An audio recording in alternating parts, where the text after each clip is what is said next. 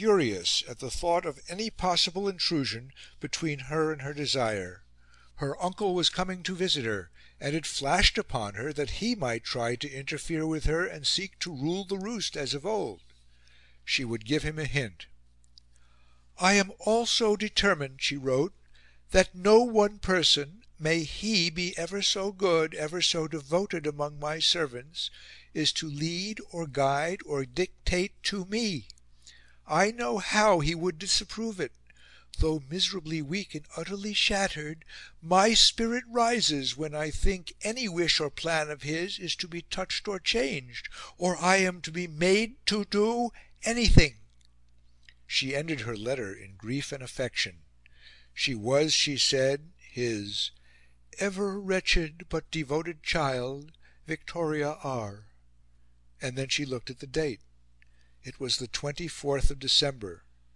An agonising pang assailed her, and she dashed down a postscript: "What a Xmas! I won't think of it."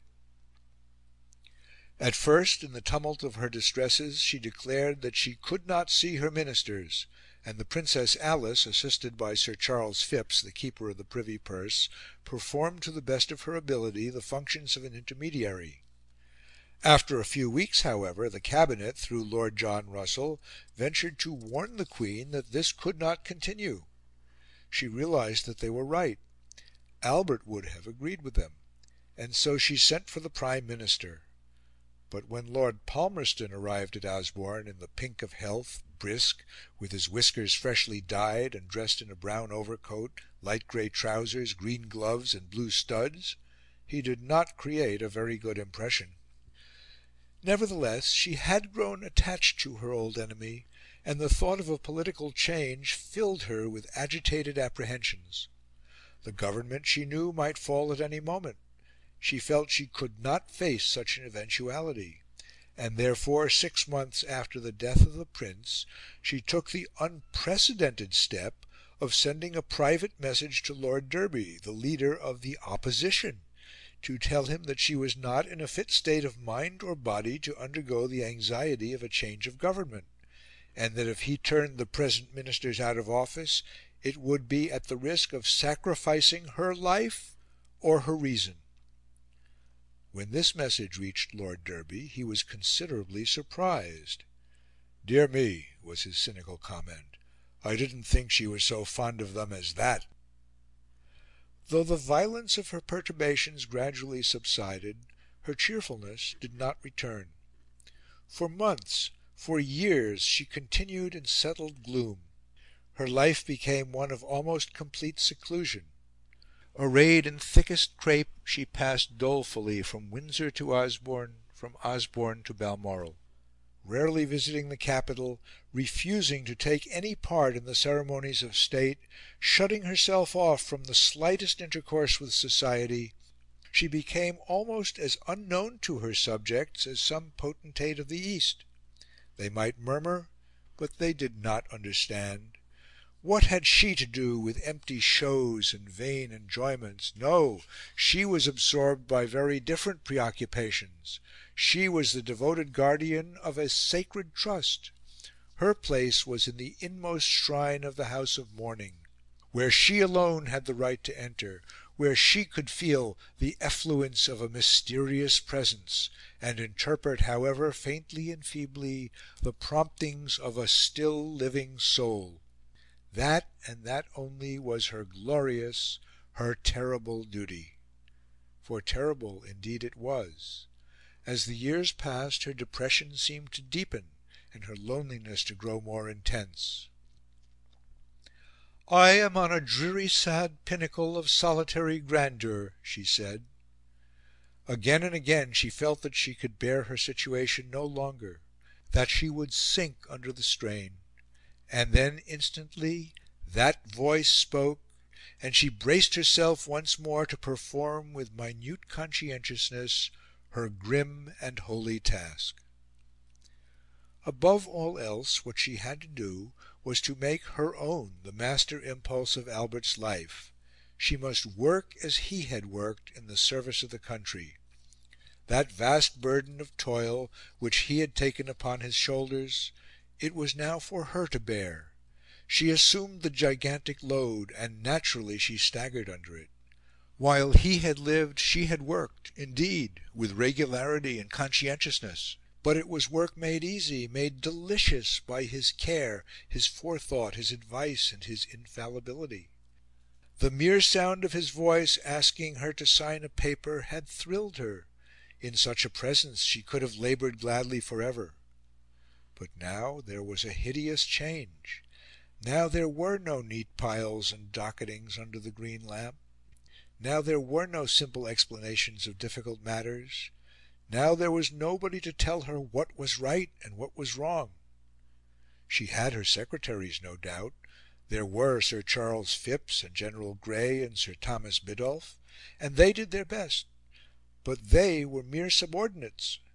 The whole weight of initiative and responsibility rested upon her alone, for so it had to be.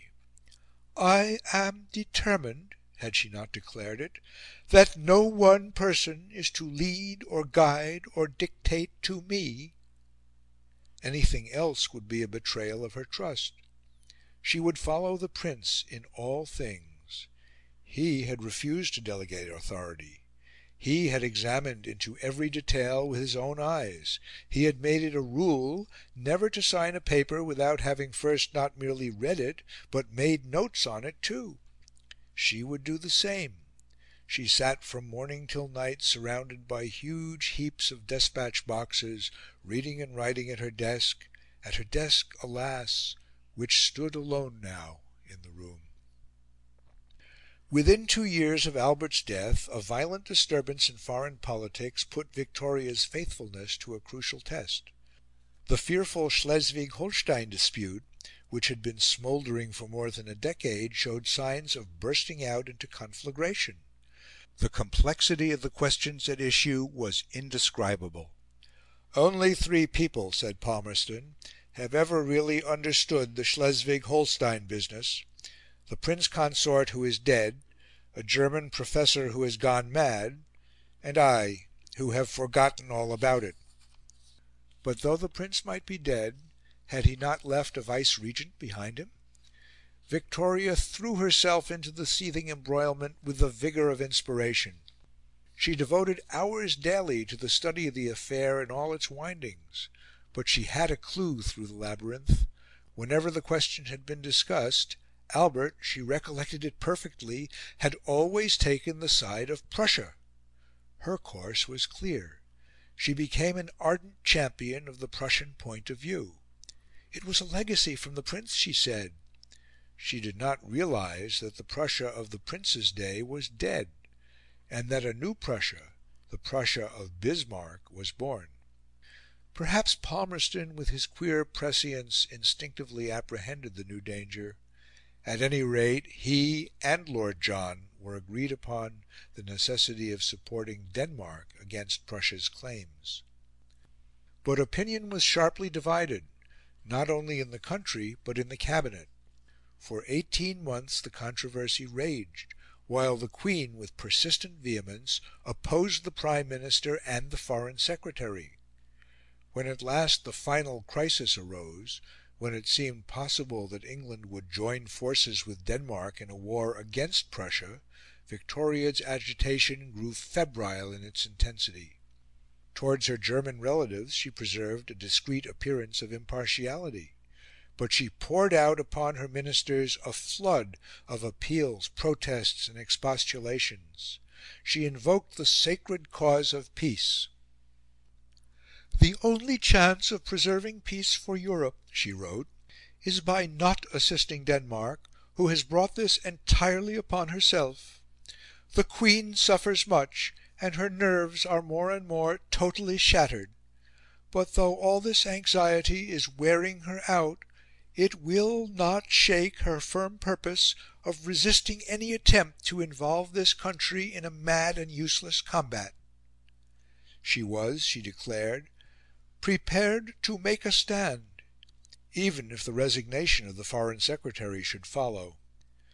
"The Queen," she told Lord Granville, "is completely exhausted by the anxiety and suspense, and misses her beloved husband's help, advice,